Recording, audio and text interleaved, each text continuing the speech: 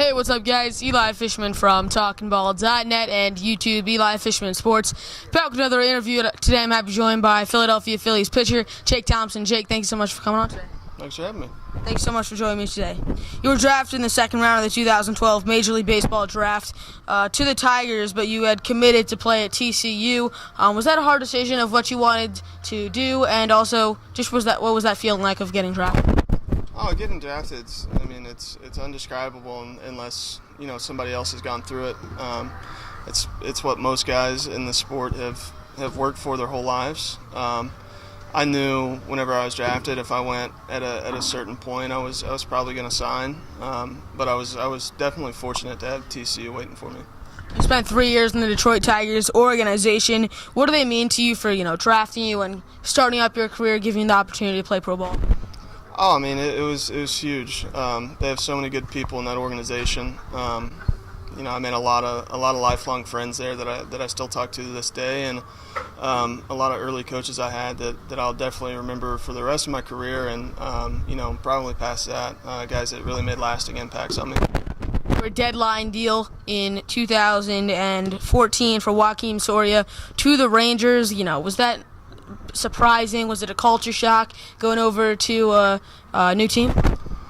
Yeah, I think the first time you're traded or sent somewhere else, there's definitely a little shock factor to it. But I was excited. I was getting traded home. I was playing in Frisco, about 30 minutes from my house and where I grew up, and I was excited to be there. Your deadline deal the next year for Cole Hamels, that big Phillies trade in 2015. First of all, your reaction to this one as well. Second of all, was that? Do you feel that was frustrating, or were you happy to come to Philly? Oh no, I was happy to come to Philly. Anytime you're included in a deal of that magnitude, Cole Hamels, being one of the faces of the franchise, it's a good feeling because the organization definitely saw something in you to include you in a deal with a guy of that status. On August 6th, 2016, you were called up to make your Major League debut, a start against the Padres, running out there on the field for the first time, on the mound. What was going through your head? It was so fun. I wish it would have gone a little better, but it's something I'll never forget. First Major League outing. The nerves and the excitement and the anxiousness all included in that. It was an unbelievable feeling. So many people dream about stepping on that MLB mound. How would you describe being under the lights with all those fans and just being on that Major League stage? It's definitely different. Playing in some of those parks where they really pack the house and it's really loud, or late in the season and somebody's making a playoff push. It definitely tests your nerve. You find out pretty quick what you're made of. The travel, the fans, the food, the clubhouses, the stadiums. There's so many great things about playing in the MLB. Is there something in specific that you think is your favorite? For me, it's the baseball. Not saying that the minor leagues don't mean anything, but every single major league game you play means something, regardless of whether you're out of the playoffs or you're in the playoffs or whatever it is. Every single game matters. Every single game is going to be replayed on ESPN that night.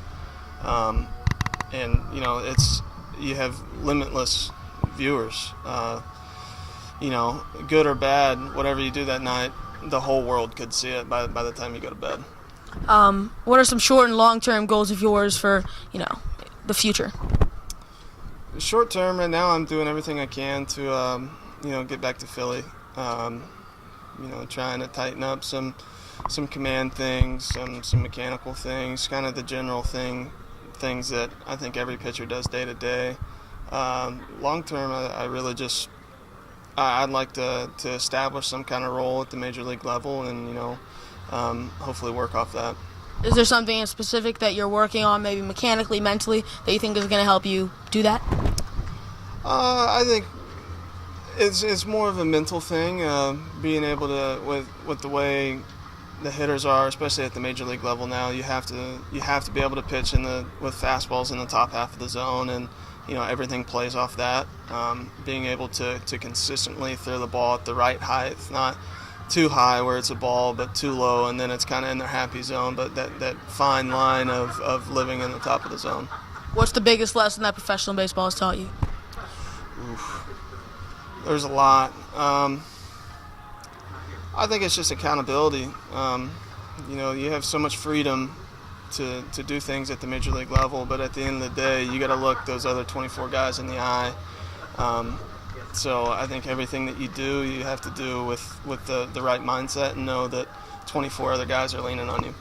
Thank you so much for joining me today, Jake. Really appreciate it.